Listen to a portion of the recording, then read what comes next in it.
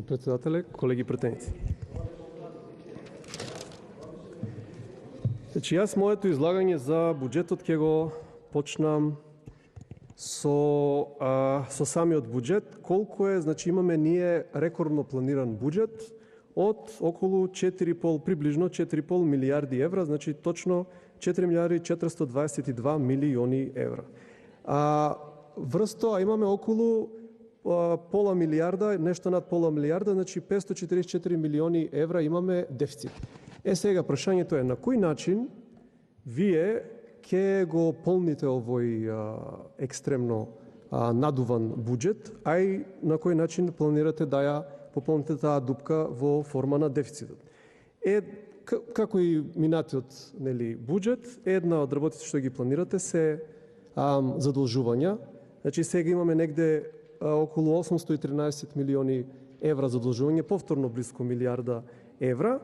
И друго нешто што вака интересно паѓа во очи е енормното зголемување на приходите од ДДВ дури до 15%, нешто над 150 милиони евра. И сега е прашањето како додека ковид кризата се уште траеше, значи прометот е намален. И сега како вие планирате да имате, од каде таа проекција дека ќе имате околу 150 милиони евра повеќе, дали тоа всушност ќе биде од инфлацијата која што не се случува, иако инфлаторната стапка ви е ниска, сите граѓани ја чувствуваат инфлацијата, значи моментално сите, буквално сите производи се поскапени и таа инфлација им ги јаде на граѓаните платите, или можеби во ребалансот кој што неминовно ќе следи, ќе имаме некое повторно ново задолжување кое што најсиромашните граѓани ќе мора да го исплаќаат со години, а најверојатно и со децени. Понатаму, не се откажувате од приватизациите, кои што ги планиравте, значи со минатиот буџет. Значи тука имаме ставка за прибирање на средства со приватизација на капитални средства. Значи тоа се државните предпријатија кои што останаа неприватизирани. Значи збориме за македонски железници, македонски пошти, ТЕЦ Неготино кој што ни се најде у кризата, планирате да го приватизирате. Конска Велес, чии работници до скоро излегоа на протест заради непримени плати. Еврокомпозит, кој што ни е единствената фабрика за оружје и сакате да не оставите буквално куршуми да мора да увезуваме. И здравството, баш вчера што моравме да изреагираме и да спречиме буквално на мала врата приватизација во брзата помош.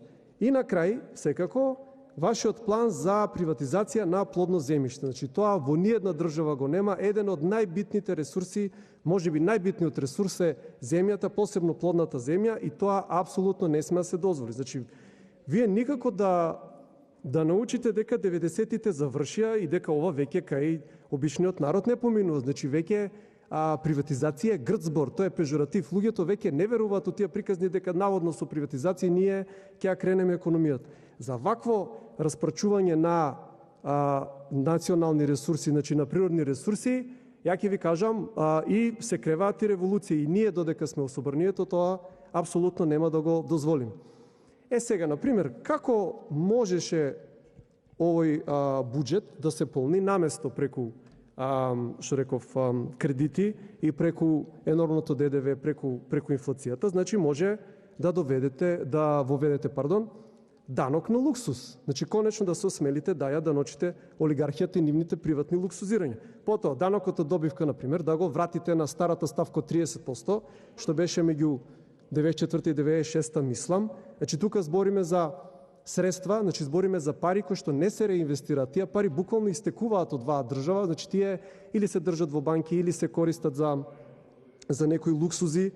Значи тоа е изгубен фактички капитал кој што одработен тука од нашите работници, кој што големите компании го држат. Потоа, чепнете ги дивидендите. Дивидендите кои што бесрамно се делеа во сред ковид криза, додека целото население буквално живуркаше, не можеше ден со ден да помине, кога пола економија ни беше затворена. Најголемите фирми, посебно банките, бесрамно си делеа дивиденди во илјадници, стотици илјадници, па и во милиони евра. И на крај можете да примери тоа што ни е на нас во план, данок на експлоатација. Тоа е во ситуација која имаме енормни разлики помеѓу профитот на фирмите, на компаниите и на платите на вработените, затоа што имате некаде каде што и во промили се мери колку земаат вработените од вкупниот профит, кој што го зема газдата. На овој начин би собрале меѓу 500 милиони евра, дури до 1 милиарда, и ние апсолутно немаше да имаме потреба од никакво тука задолжување, немаше да имаме потреба од инфлација, ние ќе можевме преку овие средства да ги покриеме дури и каматните стапки кои што ги плаќаме секоја година, нели, на претходно земените кредити. Понатаму, што има во буџетот? Значи, продолжувате со непродуктивните трошоци. Значи, во сите буквално министерства, ставките за мебел, автомобили, едукација, разни опреми, услуги и така натаму се качени, додека кратите во средствата за заштита на вода и воздух, кратите во средствата за изградба на социјални станови, дури планирате и да ги продавате тие социјални станови. Кратите во гасификацијата, пачите, во сред енергетска криза, 63% помалку средства ќе имаме наредната година за гасификација. Болницата во Кичево ја градите со децении, се гради со децении, тоест и сега ќе имаме 20% помалку средства за неа, и на крај социјалните надоместоци се за 10% помали, тоест за цели 150 милиони евра. Додека за НАТО имаме приближно околу 10%, меѓу 8 и 9% зголемување, кое што е отприлика околу 156 милиони евра повеќе. Значи, ние што планираме зимава? НАТО ли ќе не грее нас? НАТО ли ќе не храни? Се наоѓаме во сред, значи, енергетска криза и по сите проценки не очекува после јануари, значи, покачување на струјата меѓу 10 и 12%. Колку вбризгавте веќе во економијата, значи колку впумпавте? Негде околу 300 милиони евра, мислам, за да обезбедиме струја. По некои проценки тоа ќе не чини и до пола милиарда евра. Значи, регулаторната комисија за енергетика излезе со едно размислување, тоа буквално со пробен балон, за укинување на полостената тарифа, тоа за така наречената ефтина струја. И сега, грото од граѓаните во оваа држава, околу 50% од сметките им паѓаат на ефтина струја, што значи, ако такво нешто се случи, ако такво нешто направите, нивните сметки нема да скокнат 10-12%, туку ќе скокнат 40 и над 40 до 50%. Збориме за најсиромашните граѓани. Некои од нив и до 60 до 70% струјата која што трошат е во повластена тарифа, затоа што другата струја по нормалната тарифа не можат ни да се ја дозволат. Инвестиции, капитални инвестиции, значи во овој сектор практично немате. Имате нешто ситно за соларни и ветерни паркови и еве да земеме за илустрација, например во мрачниот социјализам, во периодот од 970 до 990 година, значи имаме за 20 години период, имаме инвестиции во енергетскиот сектор кои што достигнале, значи кои што се изградиле капацитети до 1700 мегавати, додека од 990 до 2020, значи за 20 години во светлиот капитализам, е така се изразам, имаме изградено капацитети само 160 мегавати. Значи ние имаме повеќе од 10, помалку од 10 пати изградено капацитети од кога сме самостојни. Да земеме, например, ХЕЦ Глобочица, една од поголемите акумулации кои имаме, таа акумулација е изградена од 61 до 65 само за 4 години. За 4, тоест за еден мандат, и е пуштена фактички во употреба.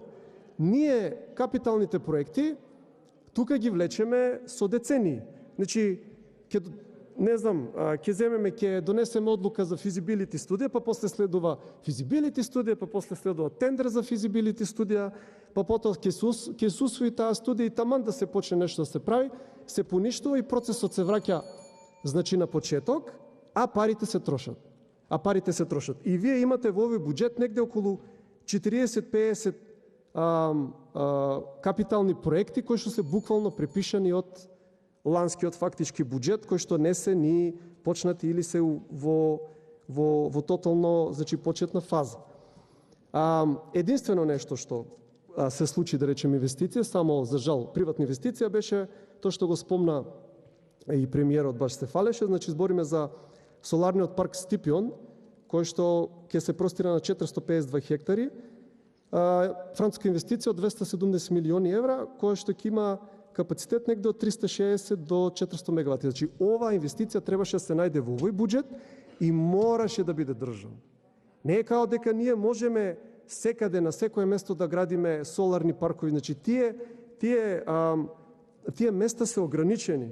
И значи кој ќар ќе го имаат од ова граѓаните? Никаков. Од ова ќе има приватниот инвеститор ќар, затоа што утре ако не му се допаѓаат на него цените тука, нема да ни ја продава струјата нам, ќе си ја извезе на слободен пазар. И баш му е гајле. Додека ние една од од териториите кои што ги имаме со најмногу сончеви денови, ги даваме нешто што во другите држави не се случува. Значи, ова мораше да биде у буџетот и мораше, ако веќе мора да биде државна инвестиција. Значи, пример ви е гасната централа Тето, кој ќар видовме, да сега да беше државна, да не беше приватна, можевме да ја вклучиме во целата криза, како што го вклучивме ТЕЦ Неготини, под дампинг цени фактички да произведуваме струја. Но и тоа сега отпаѓа како опција, меѓу другото, затоа што нели ние како поголеми евроатлантисти од евроатлантистите се исклучивме од рускиот газ и сега истото фактички имаме проблем, додека за една соседна Србија, они отвараат поглавија во ЕВМ, паралелно разговараат и со Русија и со Кина и обезбедуваат ефтини енергенси за нивната држава. Нешто што ние сме неспособни или кусогледи, не знам, и никако да го направиме.